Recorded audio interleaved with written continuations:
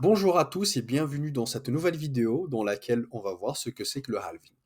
La dernière fois, nous avons discuté des quatre grands principes de la blockchain. Donc, on a vu ce que c'est que le hash, le bloc, le concept de chaîne de blocs, donc de la blockchain, et aussi le concept de la distribution. Et aujourd'hui, dans le cadre du Bitcoin, nous allons aborder un sujet très intéressant qui est le halving.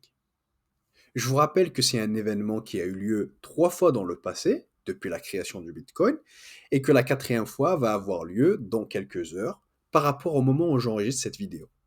Mais avant de plonger dans le vif du sujet, rappelons brièvement ce que c'est que le Bitcoin.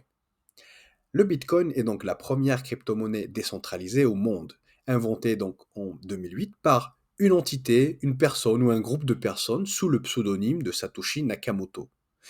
Le Bitcoin fonctionne sur la technologie de la blockchain et il est donc basé sur le principe de la preuve de travail dont on a parlé lors de la dernière vidéo sur la blockchain. Si vous ne l'avez pas encore regardé, je vous invite vivement à le faire. Pour rappel, nous avons vu que miner ou valider un bloc pour le publier sur une blockchain nécessite une preuve de travail, qui est tout simplement la puissance de calcul utilisée pour trouver le bon nom. Et comme cette puissance de calcul a en réalité un coût lié à l'énergie électrique dépensée et au matériel informatique utilisé, et donc dans le code du Bitcoin, il a été inscrit un système de récompense pour récompenser les mineurs en échange de valider et de sécuriser les blocs. C'est-à-dire chaque mineur qui réussit à valider un bloc avant les autres, il est automatiquement récompensé par le réseau en Bitcoin. Et cette récompense est justement la seule source de production du Bitcoin. Et il faut savoir que la blockchain Bitcoin se veut déflationniste et que le nombre des Bitcoins est limité à uniquement 21 millions.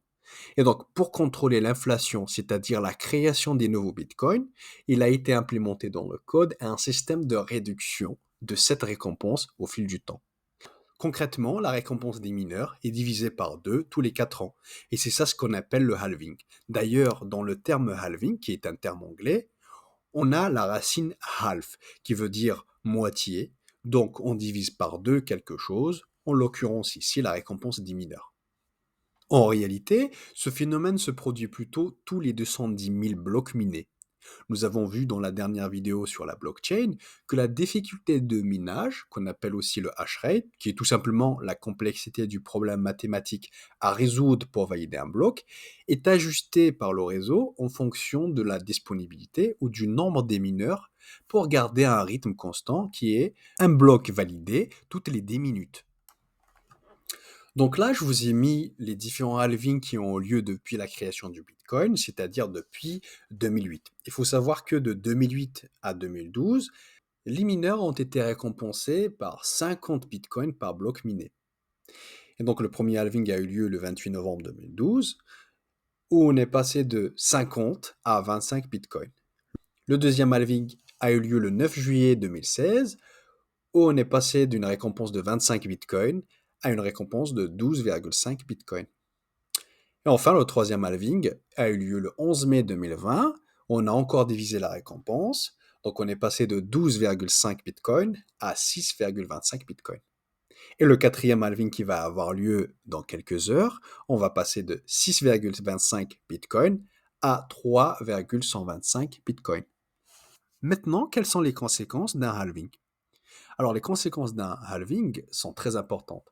Premièrement, il y a la réduction de l'offre de nouveaux bitcoins. Donc cela signifie qu'il y a moins de nouveaux bitcoins qui sont créés, donc moins de bitcoins qui sont disponibles à l'achat. Et puis ça a un effet sur le prix du bitcoin, puisque la diminution de l'offre de nouveaux bitcoins crée un effet de rareté qui peut potentiellement augmenter le prix du bitcoin si la demande reste constante ou augmente. Et puis historiquement, on a vu que les halvings qui ont lieu par le passé ont eu un impact majeur à long terme sur le cours du bitcoin.